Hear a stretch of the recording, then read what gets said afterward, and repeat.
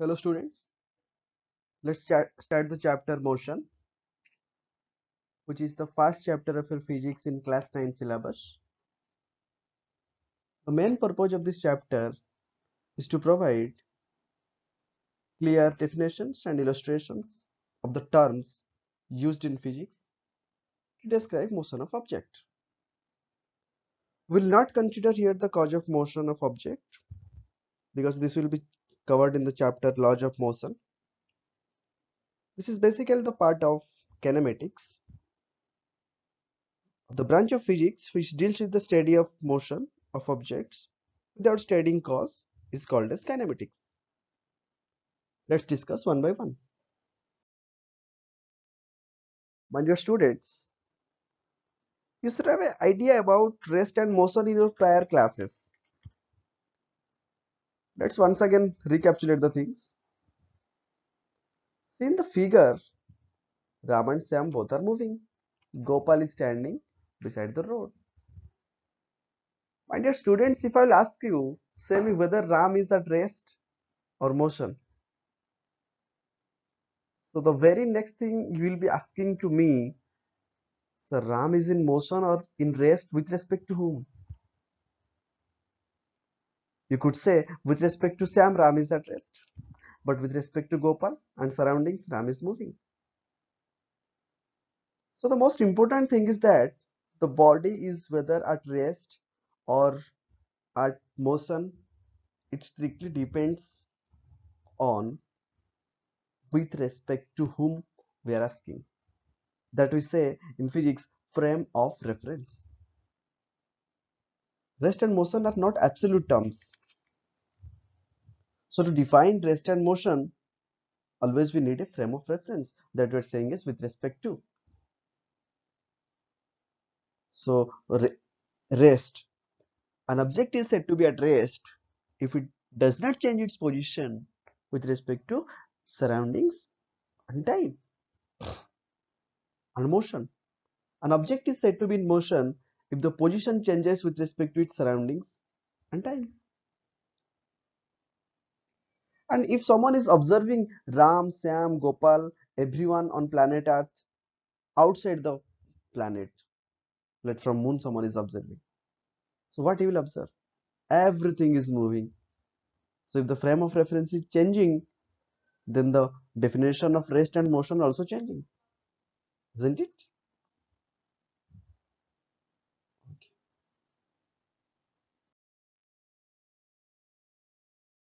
Let's discuss about types of motion.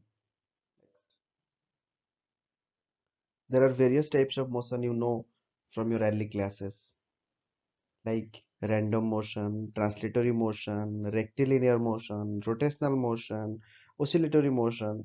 You know some basics about these various types of motion. If we'll go to random motion, then in this type of motion, particles don't move along a definite path.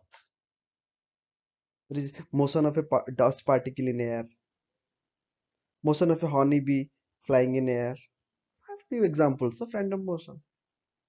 Then let's go to translational motion.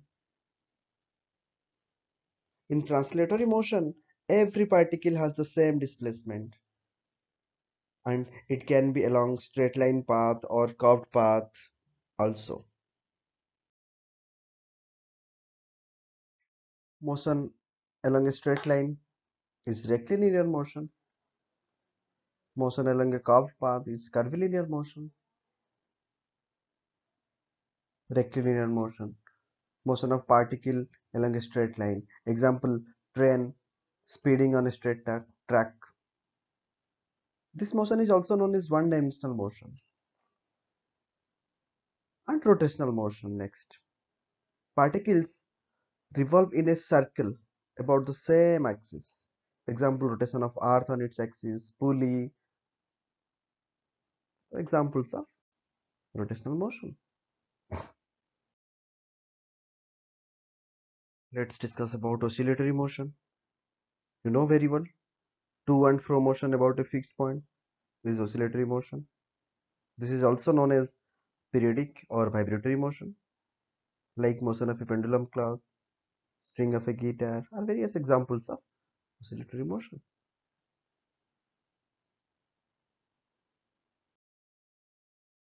We can classify motion as the direction of their motion, 1D, 2D or 3D, whether it is moving on x-axis or y-axis or z-axis or only on x-axis, or it is also moving in xy plane or yz plane or xy plane. It's any two coordinate is changing with respect to time. The motion maybe its three coordinates x, y, z are changing when it is moving. Depending on this, we could say it whether it is one dimensional, two dimensional, or three dimensional. If it is moving along a straight line, then it is one dimension. If it is moving in a plane, its two coordinates are changing, then it is two dimensional, like projectile motion, circular motion. And if it is moving in x as well as y as well as z, then this is known as means its three coordinates are changing. Then it's known as three-dimensional motion.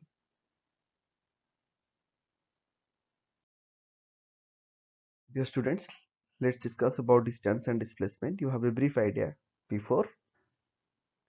Let's say you are coming from your home to Vidya Mandir classes. You have to cover a definite path. Certain path you are covering. Sometimes you have to go straight, sometimes left, sometimes right, sometimes you have to take a U-turn. So you have to cover some path. Let's say from the top of your building, from the top of the Vidya Mandir classes, I am connecting a wire, and you are flying like a Spider-Man to reach Vidya Mandir classes. That means you are coming straight.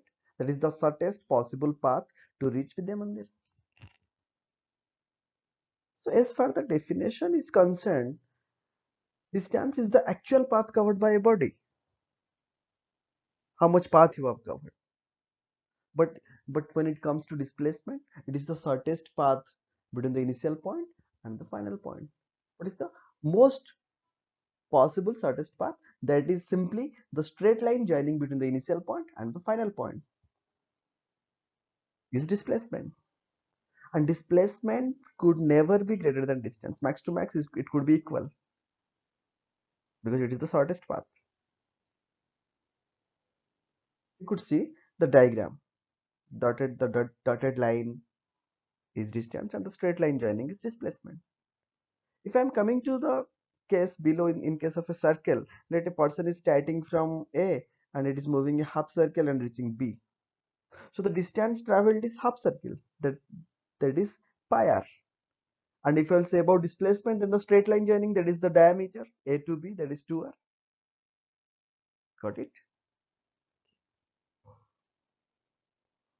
And distance is a scalar quantity. It is not having any specific path. And you know about scalar and vector, the physical quantity which is having only magnitude, no direction, is known as scalar.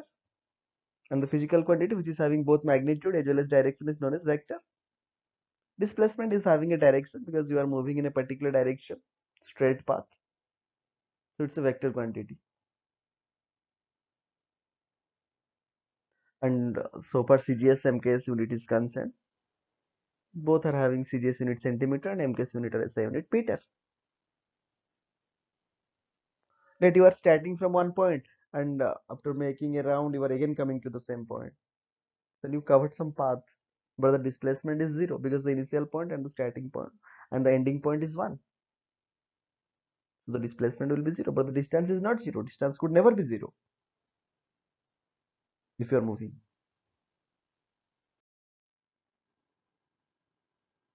In the top left, you could see the example. Father with his son and daughter is moving from that starting tree at left side to his home. He's going from the first tree to the second tree and from that tree to home. That is the actual path he covered. That is 4 meter in between the trees, and from the tree to the home it is 3 meter. So the total distance covered is 7 meter. But what is the displacement? He started from the starting tree and from the home, the hypotenuse, you know, Pythagoras theorem, 3 square plus 4 square root under, that is 5. So the displacement is 5 and the distance is 7. Let's see the case of a circle. You know, full circle, then half circle, then 1/4 of a circle. There is, as shown in the figure, the body moved from A to B, 1/4 of a circle. That means how much will be the distance? For full circle, 2 pi r. For half circle, pi r. Then for quarter circle, pi r by 2. But what about the displacement? Starting from A to B, let's connect it. The red line shown, that is radius. Radius are the two perpendicular and the base, and the red line is the hypotenuse. And you know, r square plus r square, that is 2r square. Then it is root under 2r, root 2r. That is the displacement in case of if a body is moving in a circular path. Let's go to another example. A person moves, it's shown, 2 meters south, then 2 meters east, then 4 meters south. It's shown in the diagram. Find the distance covered by him and his displacement.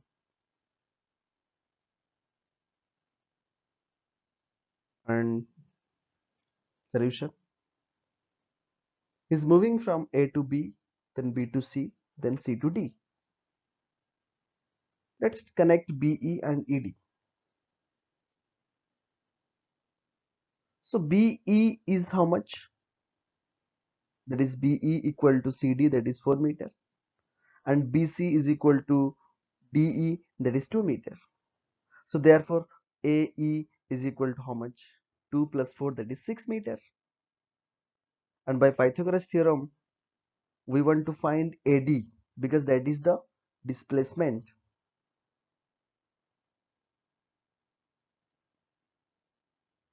And how much is the displacement? That is AE square